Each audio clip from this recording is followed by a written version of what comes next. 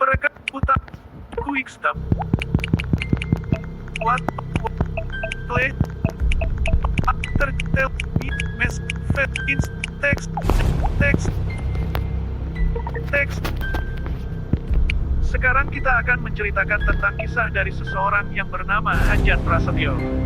Jadi beberapa tahun yang lalu, Hajan disuruh orang tuanya untuk sementara waktu tinggal di rumahnya kakeknya Hajan, karena rumahnya baru direnovasi.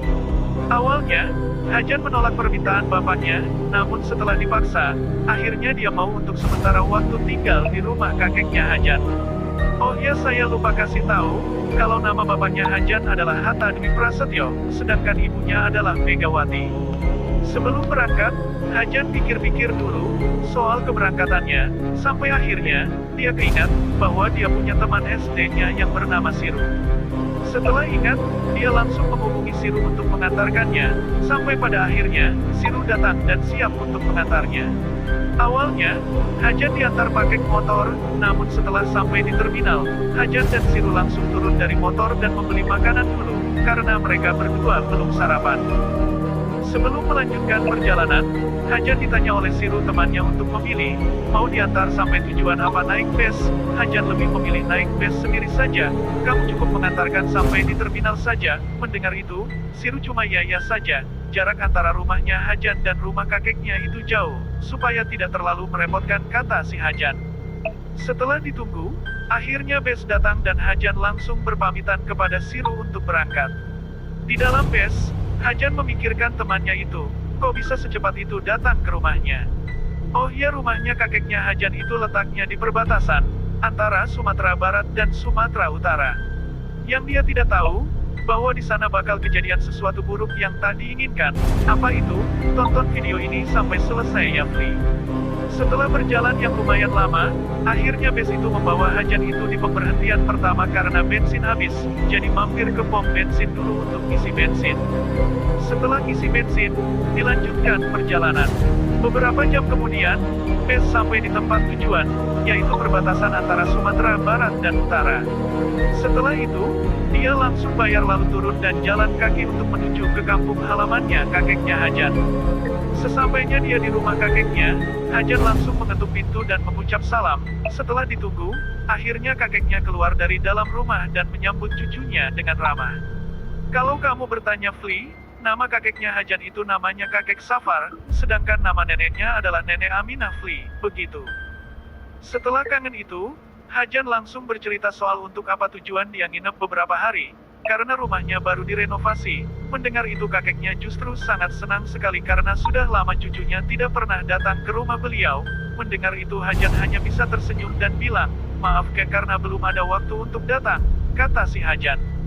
Hari pertama aman, hari kedua, masih aman, masuk hari ketiga, lah, disinilah teror dimulai. Waktu itu tengah malam sekitar jam 7:30 habis isya, ceritanya Hajan lagi nyantai di teras depan rumah. Lah, pas lagi asik-asiknya main HP, Hajan melihat bahwa di dekat pohon mangga, berdirilah sosok kuntilanak dan beberapa makhluk lainnya.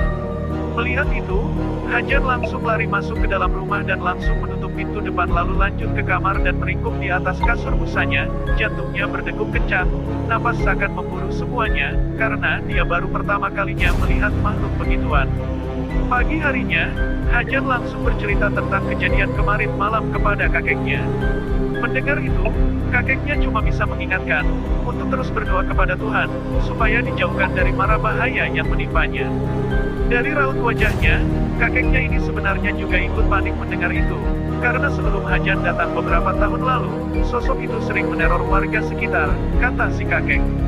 Mendengar cerita itu, Hajan langsung kaget dan pucat seketika, jantungnya berdegup kencang. Setelah mengobrol dengan kakeknya dan sarapan, Hajan langsung bercerita tentang hal itu ke temannya si Siru, soal teror semalam yang dia alami. Mendengar kata teror semalam, Siru cuma hanya bisa berpesan lewat telepon, untuk selalu terus berdoa dan minta perlindungan, agar dijauhkan dari hal buruk yang menimpanya. Setelah selesai teleponan, Hajan langsung pindah ke nomor ibunya, karena dia juga ingin menceritakan tentang kejadian semalam. Mendengar hal itu ibunya juga sama responnya, untuk selalu berdoa dan memohon kepada Tuhan, supaya dijauhkan dari semua gangguan yang telah mengganggunya. Pada siang harinya, Hajan dan semua orang rumah dapat kabar dari warga sekitar, kalau Kapit, salah satu warga dari kampung si kakek, ditemukan tewas di dalam kamar mandi. Mendengar itu, Hajan dan warga sekitar langsung pergi ke rumahnya Kapit. Sesampainya di sana, warga langsung berduka cita atas meninggalnya si Kapit ini.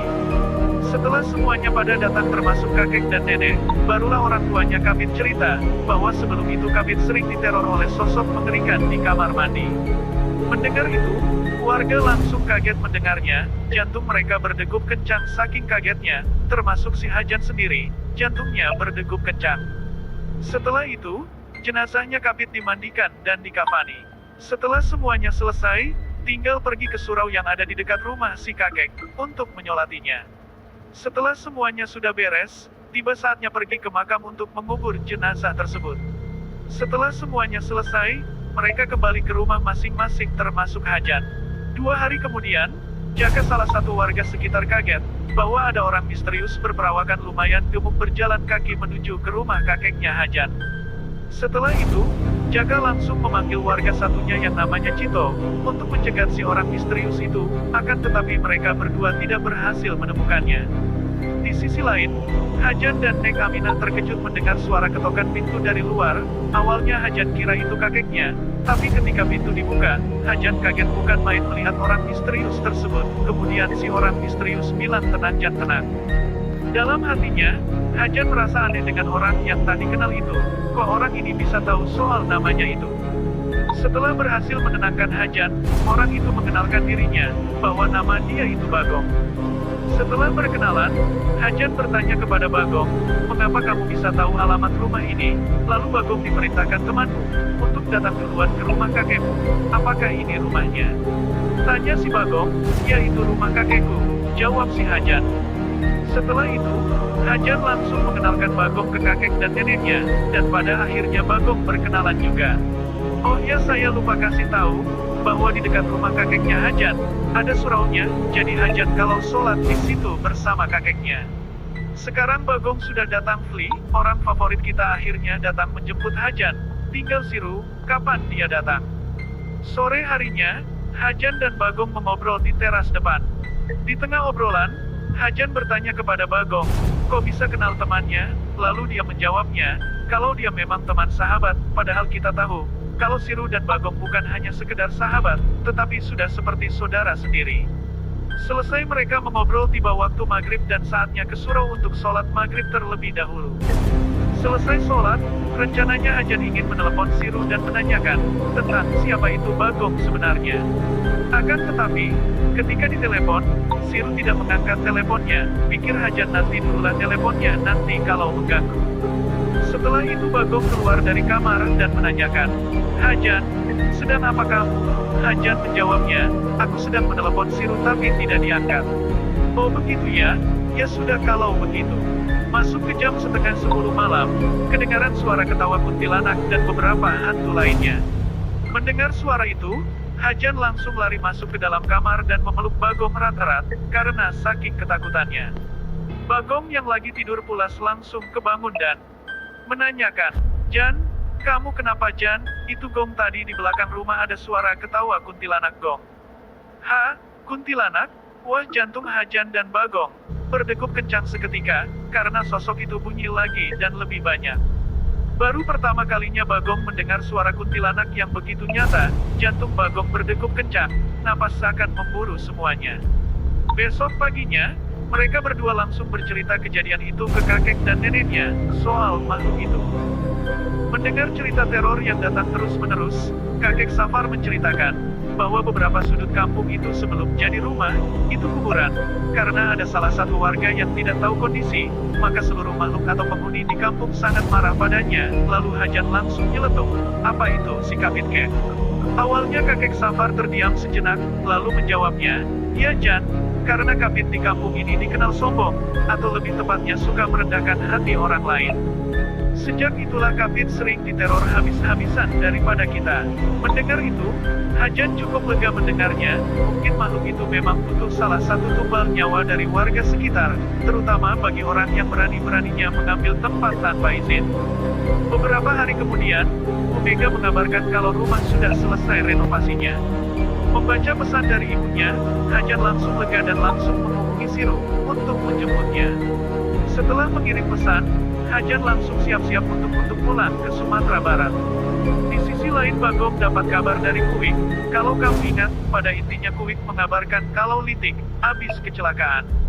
Membaca pesan dari Kuik, jantung Bagong langsung berdetak lebih kencang, karena jarak dari rumahnya kakek Hajan dan rumah sakitnya Litik itu jauh. Setelah itu, Bagong langsung menghubungi Siru untuk cepat datang ke rumah kakeknya Hajan. Sementara itu, Hajan selesai mengemasi barang-barangnya, tinggal menunggu jawaban dari Siru. Baru ngelamun sebentar, tiba-tiba, Hajan, sini ikut aku ke surau dulu, ada hal penting yang ingin ku sampaikan. Ada apa Gong? Teman Bagong kecelakaan. Hah? Apa Gong? Temanmu kecelakaan? Ya, tadi Siru sudah mengirim pesan ke aku, untuk tunggu di surau, makanya aku mengajak kamu ke surau. Sebelum pergi ke surau, Hajan dan Bagong berpamitan pada kakek dan nenek untuk pulang ke rumah, karena sudah selesai renovasinya, dan temannya minta ditunggu di surau. Setelah ditunggu lama, pada sore harinya Siru teman favorit kita akhirnya datang juga menggunakan mobilnya. Akan tetapi, mereka tidak langsung pulang, tapi Siru ingin tahu dulu denah rumahnya kakek Safar atau kakeknya Hajan. Sesampainya di rumah kakeknya Hajan, mereka bertiga akhirnya bertemu dengan kakek dan neneknya Hajan dan memperkenalkan diri. Setelah Siru berkenalan dan pamit, baru pulang ke rumah masing-masing. Di dalam mobil, Siru bertanya kepada Bagong, kenapa kok tadi kayak terburu-buru gitu? Lalu Bagong menjawabnya, anu Ru, Litik habis kecelakaan Ru. Mendengar itu, Siru langsung innalillahi. Jantung Siru berdegup kencang, karena tidak menyangka kalau Litik bisa seperti itu. Sementara itu, Hajan yang mendengar percakapan itu hanya bisa merenung dan ngelamun mendengar obrolan kedua temannya itu. Tidak terasa hari mulai gelap, dan alhamdulillah Hajan sampai di rumah dengan selamat. Setelah itu mereka bertiga langsung disambut oleh Pak Hatta dan Bu Mega, dan baru pertama kalinya Siru dan Bagong bertemu dengan kedua orang tuanya Hajan. Setelah itu, Hajan langsung meminta maaf kepada bapak dan ibunya, karena waktu berangkat sempat berpamitan. Mendengar itu orang tuanya cuma bilang ya sudah tidak apa-apa nak, begitu. Tak lupa Hajan berterima kasih kepada mereka berdua karena sudah mengantarkan jauh-jauh ke sini. Maaf Ru, Gong, kalau merepotkan. Tidak apa-apa Jan, nanti kalau ada apa-apa silahkan hubungi kami Jan, kami akan siap membantu. Berakhirlah cerita tentang Hajan Prasetyo. Terima kasih yang sudah menonton video ini sampai habis dan sampai jumpa di video selanjutnya.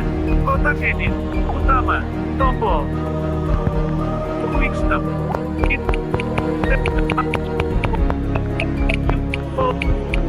halam kalkulator, berekam, teks.